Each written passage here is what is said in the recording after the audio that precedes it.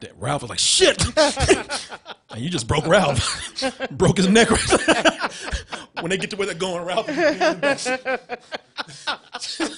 He's just dead. limp ass body back there. Ralph! Ralph! Ralph!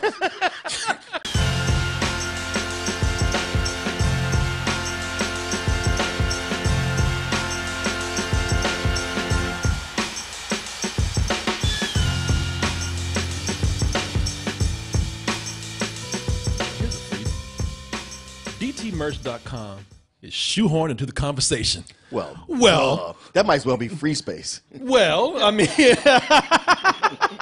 exactly. Why would y'all put that on there? So yeah, so what I'm doing right now, don't y'all take this when I start talking about the Christmas shirts in the DT merch store, when I start talking about the hoodies. We are updating this store so much, I can't even keep up with the stuff that's coming in there. We got mugs, or as Martin said, we got a stew pot. Right? I'm like, now I'm not even sure what it is. Most of tonight is about the further adventures of. We got the sequels. That's out right. Here.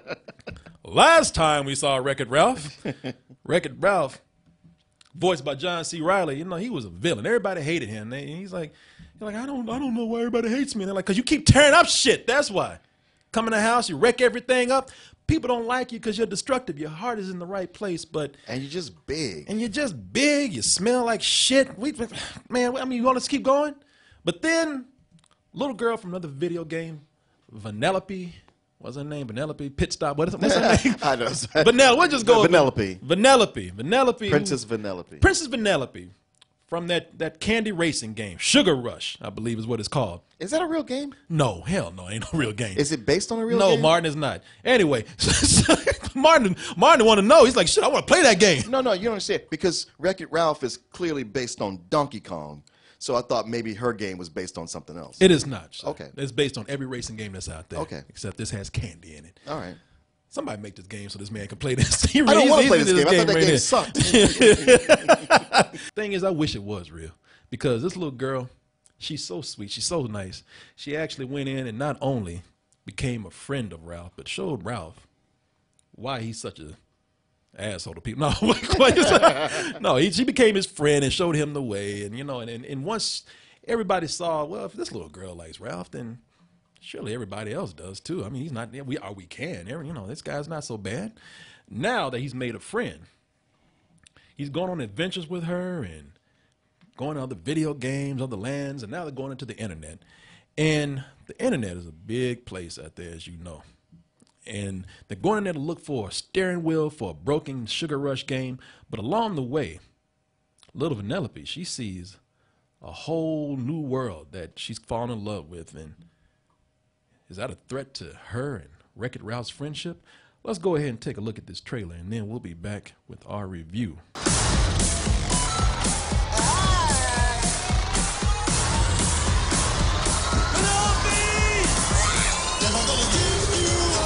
Internet's a dark place. You see Wreck-It Ralph is discovering that on his own, along with his little friend Vanellope, voiced by Sarah Silverman. Very obviously so. Very obvious. Like, there ain't no difference between them. Yeah. Like both of those actors, like, you guys want to change your voice a little bit for this? What? No. Yeah, they just put a clothespin on Sarah Silverman's nose, and she's talking like this. My biggest fear with this movie is that it's dealing with the internet. Internet is a very fast-moving place, not only in speed, but just in turnover, too. Jesus. You're saying the exact words I'm thinking in my head. Really, Martin? Yes. like the phrasing is exact. Wow. Shit, I really have to go to the bathroom right now. Martin. No, actually I'm going to get up and pee right as soon as this review is done. Jesus, what is going on? Corey's really hot right now. Oh, my God. All right. Spell's broken. This right here is dealing with the internet. Internet turns over so fast. So my biggest fear with this movie going into it is that we were going to get another version of the Emoji film. As you see with the Emoji movie is, it is, I'm not going to even try to play with y'all. I'm just going to call this movie out for what it is for a lot of parts, and that is, it is a big commercial. It should have been called Ralph's a Hoe, because Ralph sold his ass to everybody out there. This has so many big billboards in it. Like that is what the internet is in this movie. They threw as many recognizable things on the screen as possible just to make that money. Those are some huge names out there. So I know that this cost a pretty penny to actually rent out one of those billboards in Wreck-It Ralph's internet land. I know this to be true because I actually tried to get double toasted right up there. That mouse had a good laugh about that before he kindly threw my ass I head out here with that double what? It's not unlike the Emoji Movie in that sense. I mean, it's just kind of unavoidable to do that, to be sort of an advertisement or to be too trendy when you're dealing with the internet. That's the nature of it. Yeah, it's true. And I don't know if you want to elaborate, Martin, but you said you were thinking the same thing that I was, so you can, please continue if you'd like. Yeah, but I know this is the first half of your review where you set everybody up to think like, oh, I'm talking bad about it, but later I'm going to come back and say like, no, but I thought it was awesome. Wow, we really are listening. No, Martin, you don't know. Now, Martin, I know what you're thinking, but you don't. Martin, I got an ad block for your ass. Now you're doing it. Yeah. Unlike the Emoji Movie, I think that this movie at least tries to write characters that cleverly capture the nature of the internet. Well, they actually explore what's going on. Exactly. And interact with it. It's not just set up for a pun. No, that is true. No, listen, there's a lot of things in here where, yes, they're poking fun of the internet, and it's an obvious joke, but at least they apply a character to it that is a sort of the embodiment of these things that we use. And the characters are not obnoxious. The characters are actually sometimes pretty, either they're very funny, very charming, or just downright endearing. Isn't that interesting? What? How did you... The internet's very intuitive. Thank you, Mr. Knowsmore. Well, you're welcome. That Ralph was like, shit! And you just broke Ralph. Broke his neck. When they get to where they're going, Ralph He's just dead. limp ass body back there. Ralph! Knowsmore. That, of course, that's a search engine right there, which not in the movie for a long time, but Always pleasant when he shows up. But it was that's what I'm saying. It was a character that's not in the movie for a long time, but I was just kind of endeared to that character. And it's probably because again they used him not in an obnoxious way where he was a big joke that they dragged out very long. Right. And of course it helps when you use some good voice talent like Alan Tudyk, who does the voice of Knowsmore in this. It really does creatively capture not only the internet but like websites that we go to that are very popular. While also being very accurate. I thought, now, I will tell you this much, that when they go to this internet world, I thought it might have been a little bit better, less obnoxious, had they used parody names, things that like sounded like some of the sites that we have out there. So therefore, the movie might have been a little more timeless. But then I said, well, this is Disney. What the fuck am I talking about? Yeah, why would they pay for the fake stuff? Yeah, when they get that money for that real stuff. When Amazon is willing to come in and pay you to have the biggest billboard in the town, right? Why you gonna make like Mamazon or something? Why would you do that? I'm like, that's stupid. So I mean, I think it would have been better to use parody names, but I know that's damn near impossible when you're with Disney. So it's for a fleeting moment, and it didn't bother me that much. Well, you think like timeless because you think years down the road somebody might look and go, "What's Amazon?" But they would do it even more if it was a parody of Amazon. Exactly. It'd be like, okay, what was this even a parody of? Yeah, I'm just anticipating what people might say, and like I said, for the sake of this being timelessness, because at some point Amazon gonna buy every billboard that's in there, every business that's in this movie right here.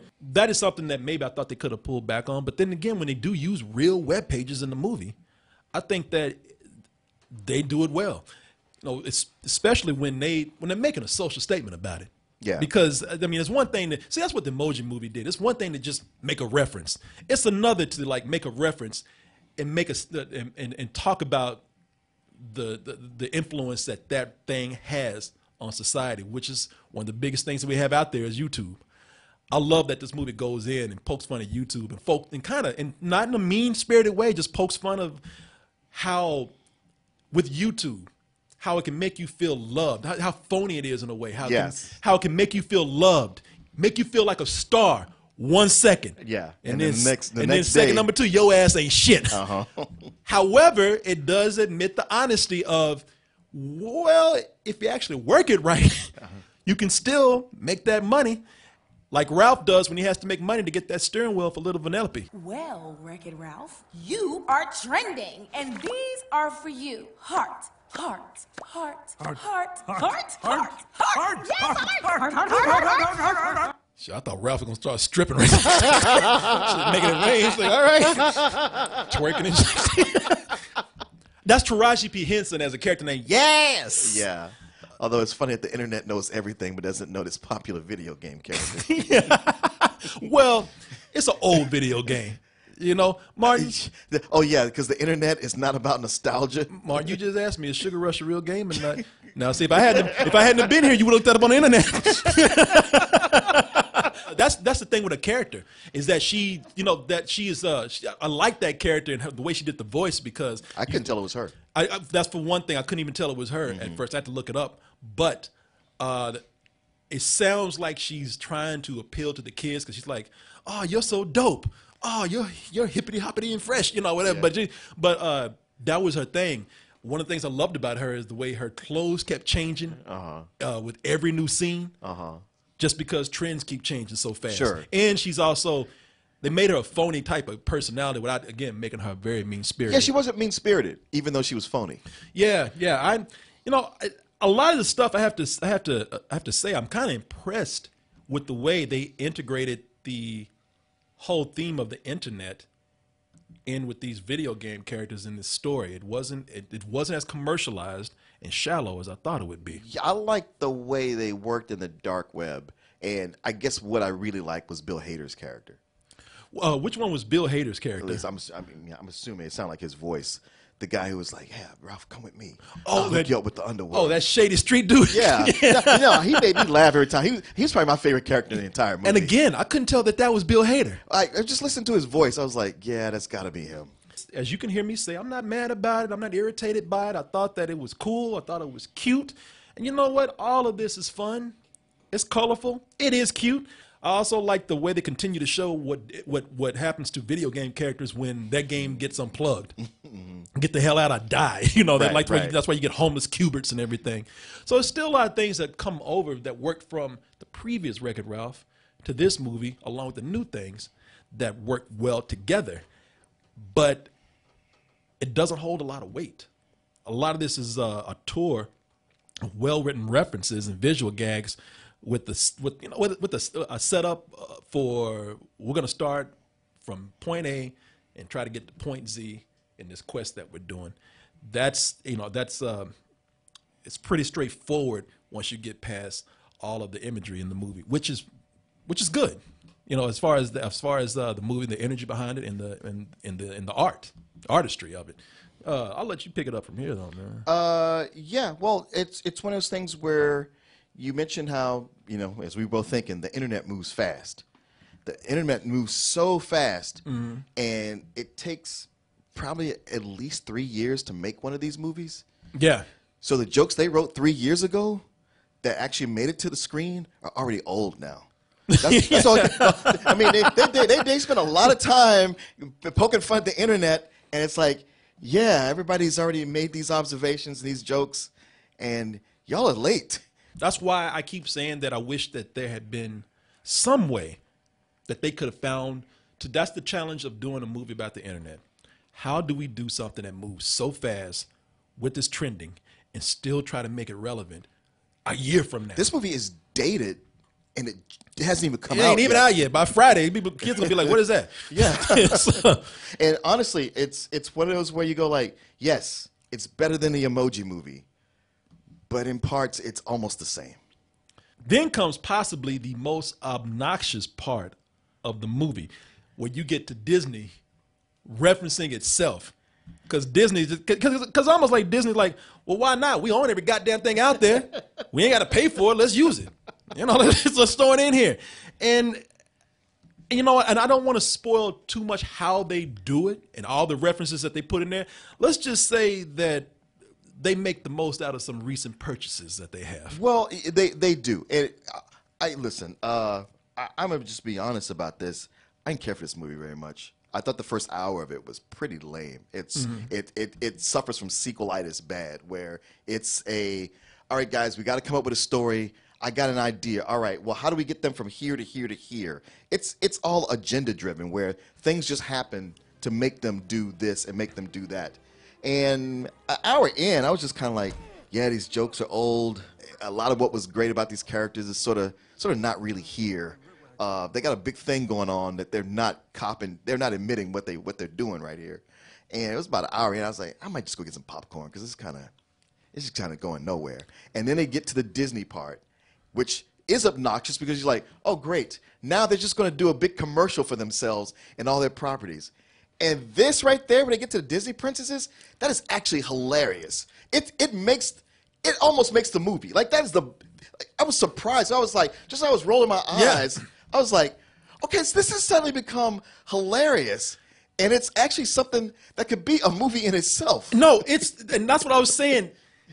It is the most obnoxious part of the movie. And till they get to these princesses, and I laughed my ass off because it took over 50 years in order to Disney to cop up to what we've seen for years, for them to say what we've been thinking and saying amongst ourselves for years about these damn princesses that they have. Like they got too many of them. Do people assume all your problems got solved because a big, strong man showed up? Yes, what is up with that? She is a princess. And you know what's funny about that? That is a feminist statement that they're making, but they made it funny. And I can't wait to read about you dumbasses out there getting mad about these cartoon girls up here. See, because these bitches, that's why I can't get laid. They weren't going to fuck you anyway, they're cartoons. But all those princesses, they got most of the original voices back. Did they really? Yeah. That's impressive. Yeah, because I could tell Ming-Na Wen. I was like, okay, I know that's her voice. And the others, I was just like, well, maybe it's them, maybe not. Yeah, Disney even resurrected Snow White and brought up. She's not up there. But all these voices that you see here, most of them are the original princesses. Oh wow, yeah. Yeah. So I think even like Belle and everybody. Wow. Yeah, okay. No, attention to detail, man. Yeah. Right there. And the movie, I didn't dislike the movie as much as you did. I was actually having fun with it. I just didn't think it was, like I said, I didn't think it had any substance.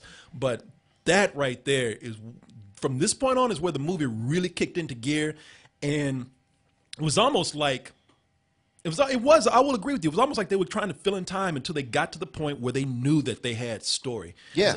And you know, and I'm looking at this, by the way, while I'm thinking about it.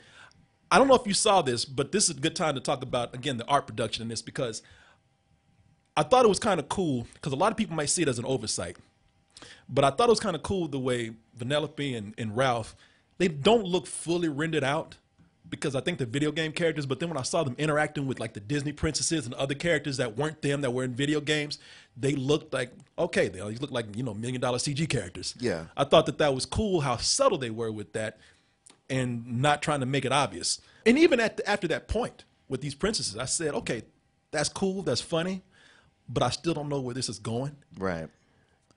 And then the movie does an even bigger turnaround for me from that point on. And I don't know if I want to be careful how I bring this up, because I don't want to spoil anything for anybody here. But let's just say that the theme of the movie kicks in around this point. And the movie says, oh, because we're in a second movie, we're in Ralph Part 2, you think you know Ralph. And the movie says, no, you don't know Ralph. Not like we know Ralph. Ralph is fucked up. He's a downright creep. Ralph needs some therapy. Ralph has problems. And that's where the movie goes into Pixar mode. Because this is Pixar territory where Pixar says, I don't care if y'all are kids. If you're watching this movie, you're going to learn something about hard truths today. Right. You know what I'm saying? Don't let these talking toys and animals fool you right here. We're going to tell you some depressing shit right now. This movie deals with loss. This movie deals with neediness. This movie deals with abandonment issues. And they don't even try to present it in a way that's nice. They try to say, if you were like this, then you're probably fucking crazy. And they don't, and when they went to that point, I did not expect them to go to these areas with that movie. Now, it's not as good as something like Inside Out, but the format of this film, the way they deal with psychological issues, and this is a little bit darker than something like Inside Out. Inside Out, they dealt with issues of depression, but I mean, this right here, this is, like I said, this gets into a moment where you have issues where you are downright creepy and you need help. And what I loved about it is that it's in a format that addresses this truth over a false happy message. I mean, it's like, do you know what I'm saying? This movie's not trying to be nice at all with what it's doing. For a Wreck-It Ralph movie, I did not expect this movie to go to the places that it did, and I applaud this movie for that. Well, how do I put this?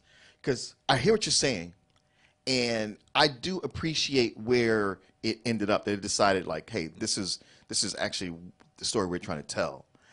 What I didn't like was that the first hour didn't feel like it was telling that at all. It was just doing its thing. The only thing it had going was that, they get to the internet and Ralph is all about the mission and Vanellope is kind of like, this world's kind of cool. And who's that chick? And they're sort of got like a love thing going on that they aren't admitting. That's why I like this, man. That's why I say he's creepy. That's like, no, I'm talking about Ralph and Vanellope. That's what I'm talking about. I'm talking about Shank and Vanellope. And Shank is voiced by Wonder Woman. Yeah, by Gal Gadot. And even then, I like that. Well, I liked it too, but I was so like, all right. On one hand, it's provocative because it's two women. Oh wait, no, one's a little girl, one's a grown woman. So there's this age thing that's like, I want to get with this, but there's just something. Well, I'm having trouble parsing this, and it's kind of like they're saying it, but they're not saying it, but it's clearly there. I didn't see it like that. I saw that Schwank or whatever her name is. She was like, okay, you know what? How cute. She's got a little girl crush on me. It ain't like she took her behind a dumpster or some shit. I tried to have her way with her. See, you say that, but there's a way she was talking to her when it's just the two of them, and I was like, the way she's dropped her voice, the way she's leaned in to talk to her, I know these moves. Okay. I've done this. I've seen other people do this. When you know you got somebody who's into you and you talk to them a certain way, you kind of get in there. And I'm like, yeah, I see what you're doing here. I don't want to tell you how you feel, or I don't want to make this awkward, but I think you read a little bit too much into that. I don't think I did because I don't like to read stuff like that into children's. I did stuff not like that. see that at all. I saw that whole when you see somebody you know they're in a relationship but it's rocky and you're like, all right, I ain't gonna just come out and insult the boyfriend, but I know how to talk like I'm being supportive, but say the few little trigger things I need to that'll get right under the skin and settle like a little time bomb I'm setting, and I walk away. Yeah, I've watched people do this. Okay, I don't think there were any kind of hidden messages in this cartoon. I don't think like there was a lesbian writer who's trying to like. I know I some saw lesbian what I saw. pedophile. I did not see that. You're gonna watch this movie again, and your eyes are gonna open. You're like, damn, he was right. I doubt it, but Martin, I was with you. I was with you, like, because you were like, yeah, did you see the way they were getting along? I was like, yeah, Vanellope, she's a little lesbian in Megan. She got a little girl crush. Yeah, she's trying to fuck her. And I'm like, whoa, wait a minute. No, I didn't. Totally trying to lure her over. I didn't say that. It's in there. But yeah, no, when it doesn't, where it decides to go in the end, I think it's a good message. I think it's good to put it out there to really illustrate it. There's a lot of people who need to see that, who might start out going like, that's not me. And if they were to go like, well, is that me? I agree that too. Agree with that too. And the thing with the movie is that by the end of it, what Pixar is able to do now, this is Disney. I don't want to keep saying Pixar, have people mix up with that, but you know what Pixar is able to do that Disney's doing right now, at least for me, is make people believe that adults are trying to pick up children in a certain season. No, what they're trying in video games. You make it sound like it's a real video game. Like if that chick picked up, you get extra points or something. but no, what Pixar is able to do is not only do they put those issues out there, but for every kid in the room that is sensing that this is something deeper and actually respects that they're not being talked down to, maybe some kids, but adults definitely, you know, they look at that and it touches on an experience that we've all experienced at some point. Sure. And it still is painful when we think about it, you know, but it's still a part of life. And I think this movie is picking up on that too. That's what makes the most successful movies successful, whether it be Pixar or Disney, when they actually follow the same themes. I think it's definitely deeper than the first movie, and I definitely think it's for what it did is better than the first movie. The world that they go to, that Vanellope loves so much, is called Slaughter Race, Yeah. I believe. And I thought that with that world, it's sort of it's a GTA version of an almost apocalyptic LA, and I thought that they could have done more with that, develop that area a little bit more. Well, I thought it's such a generic kind of apocalyptic race world, but that was like, well, this is another sophisticated video game. I don't see what this has to do with the internet. Oh, it's online playing.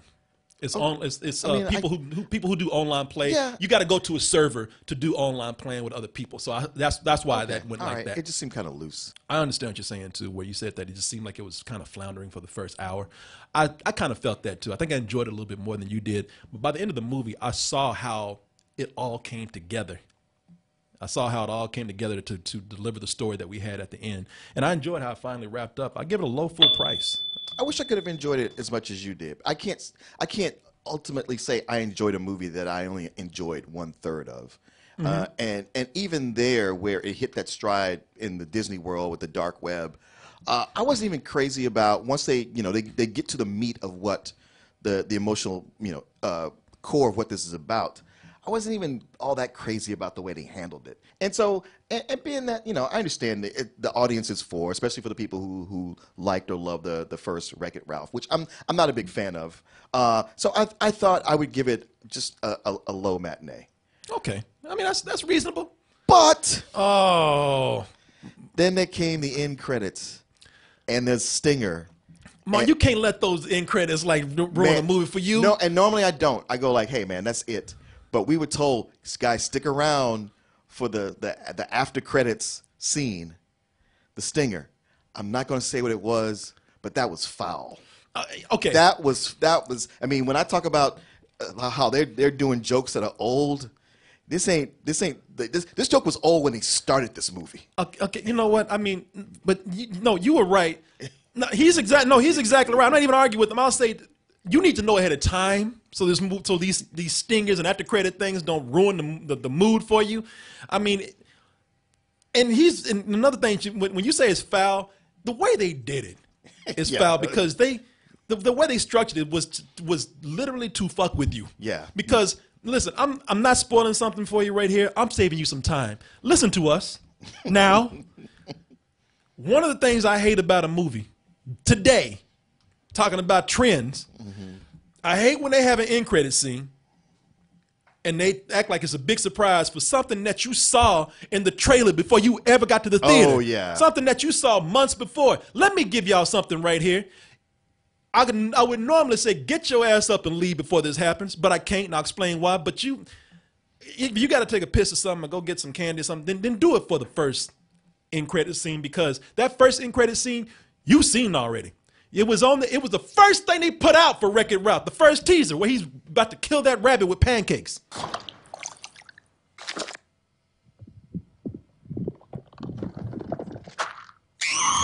Shit, I've already seen this.